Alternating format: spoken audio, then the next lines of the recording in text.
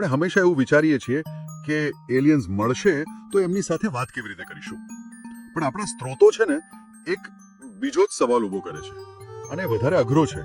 શું થાય જો આપણે તેમને શોધી તો લઈએ પણ તેમની સાથે વાત કરવી જ અશક્ય હોય? કે આપણી પોતાની ટેકનોલોજી એ તો થઈ સપાટી પરની તકલીફ, એની નીચે છે ભાષાનો અવરોધ, અને એનાથી પણ ઊંડું છે ભૌતિકશાસ્ત્ર અને જીવ વિજ્ઞાનનું અંતર. અને પછી સૌથી ઊંડાણમાં જે છે, જે કદાચ સૌથી મહત્વનું કારણ છે, તે છે નૈતિકતા. કદાચ બ્રહ્માંડનું જે આ મૌન છે એ કોઈ તકનીકી ખામી નથી, પણ એક સભાન નિર્ણય છે. મતલબ કે અત્યંત વિકસિત સભ્યતાઓ બ્રહ્માંડના નૈતિક નિયમોને સમજી ચૂકી છે અને તેઓ સમજે છે કે કોઈ ઓછી વિકસિત સભ્યતાના વિકાસમાં દખલ દેવી એ નૈતિક રીતે ખોટું છે.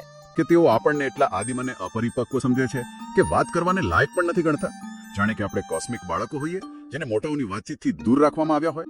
તેઓ આપણને આપણો રસ્તો જાતે શોધવા દે છે, આપણી ભૂલોમાંથી શીખવા દે છે.